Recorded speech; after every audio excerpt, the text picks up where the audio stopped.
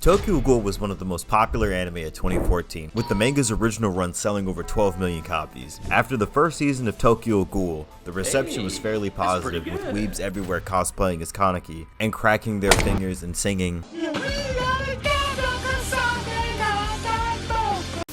So today we're going to look at how one studio's adaptation took Tokyo Ghoul from the top of the anime world all the way to rock bottom. Let's examine that in the first episode of Scissors.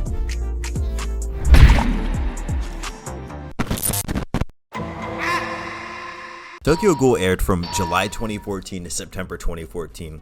And not saying that 2014 didn't have some banger anime, but the summer 2014 anime season when Tokyo Ghoul aired, well, let's just say it was a light season of anime. To prep for the video, I rewatched all of Tokyo Ghoul and read the manga to better compare the two. But I have to say, the first episode of Tokyo Ghoul is such a strong first episode of an anime. Honestly, the first 8 to 9 episodes of the anime are pretty good, but nothing super egregious. I do have some nitpicks, like literally the first scene of the Tokyo Ghoul anime is this weird interaction between Jason and Rize that isn't in the manga. So 2 seconds later when we see Rize in Inteku, I'm like, isn't that the crazy chick from a minute ago? So it kind of removes all the suspense when they do actually reveal she's a ghoul.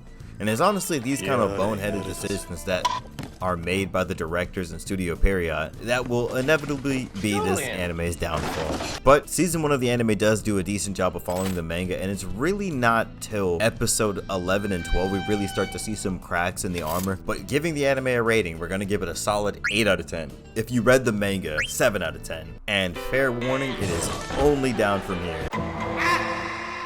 Now let's look at season 2, which is also known as the bane of Tokyo Ghoul fans everywhere, because honestly it's a slap in the face to everybody who enjoyed the first season's adaptation of the anime. I have no idea who greenlit a non-canon season 2, especially following a mostly canon season 1. Tokyo Ghoul season 2, better known as Tokyo Ghoul Route A. Route A aired in winter of 2015 and covers the second half of the original Tokyo Ghoul manga.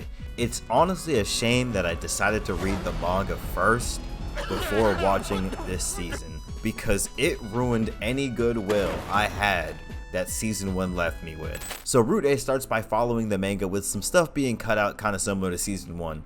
The big glaring issue with this season doesn't show up until the end of the first episode, in which Kaneki decides now is the time to play his evil playthrough of Tokyo Ghoul, because he joins the same group that had him brutally tortured for days to protect Inteku. Now, if your question is, how is he gonna do that? Your guess is as good as mine. The problem gets worse when you are equipped with the knowledge that Kaneki never joined Aogiri Tree in the manga. He forms his own group of ghouls, which include characters Tsukiyama, Banjo, Hinami, to essentially be an anti-Aogiri group. To continue my rant about Route A, this season removes all the heavy lifting the manga does to make character moments impactful. To give you a little taste as to what I'm talking about, character named Banjo, who the anime seems to forget about, and he is honestly a weaker ghoul, but once we get to the raid, Kaneki starts cannibalizing and is losing control, and the only thing that stops him is Banjo intentionally letting Kaneki stab him, and this wakes Kaneki up from being crazy. And it really is a tear-jerking panel, and I'll never forgive Route A for excluding it. So how did the anime do it? The owl shows up out of nowhere, grabs Kaneki, then leaves.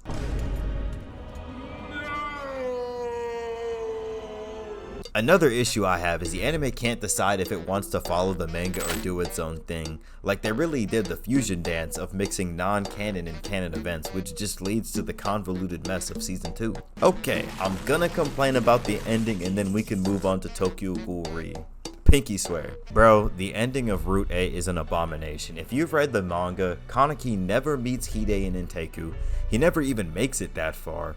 The whole scene with Kaneki walking for 10 minutes, carrying Hide's body with a dramatic OST playing, never happens. The biggest sin is that the fight between Kaneki and Arima, the one that mortally wounds Kaneki so bad, causes him to lose his memory and become Hayase, is not in the anime whatsoever, which is integral to the basis for the prologue of Tokyo Ghoul Re. Giving Route A rating, we're gonna give it a meh 5 out of 10. If you've read the manga, it's going all the way down to a low tier god 3 out of 10. So, in 2018, Studio Pierrot released the Tokyo Ghoul Re anime, which covers all of the Tokyo Ghoul Re manga. But the issues start immediately, since this follows the canon ending of the manga and does not follow the end of Route A, which left the vast majority of people who only watched this anime confused off the jump. All Studio Pierrot had to do at the bare minimum was make an episode 0 that shows the canonic ending of the Tokyo Ghoul manga, so we could all collectively Thanos snap Route A from our memories. But at least the anime follows the manga again, so we should be all good, right? No. The main issue is that Studio Proficient Bag Fumbler decided to cram 179 chapters of Tokyo Ghoul in 24 episodes. And if you've read Tokyo Ghoul Re, you know that it's a dense, thick old manga with so many small details in every chapter, so there is literally no way to make a good adaptation in 24 episodes, especially when we look at the numbers. This anime tries to adapt over 7 chapters an episode, so the biggest flaw of this season is when you're condensing such a detail-heavy manga, it's quickly, all the fine details, all the emotions are just zapped from the show, leaving this hollow shell of an adaptation. Giving Tokyo Ghoul Re a rating, we're gonna give it a mid at best 6 out of 10.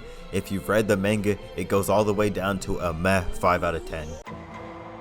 So, what is the Tokyo Ghoul anime's legacy today? Well, honestly, anime-wise, it really doesn't have one, other than if anybody recommends it, they usually say to watch season 1, then immediately pivot to the manga, or just flat out avoid the anime in general. And it's a shame, since Tokyo Ghoul could have been so much more had another studio been at the helm. It really feels like Studio Pierrot was playing checkers when they should have been playing chess, and their attempt to rush, make their own ending, then disregard that original ending only to rush again, they killed everyone's goodwill towards this anime. So until another studio gets a shot to right the wrongs of Studio Prolific Bag Fumbler, Tokyo Ghoul will always be thought of as what could have been, and will never be the definitive way to experience Tokyo Ghoul.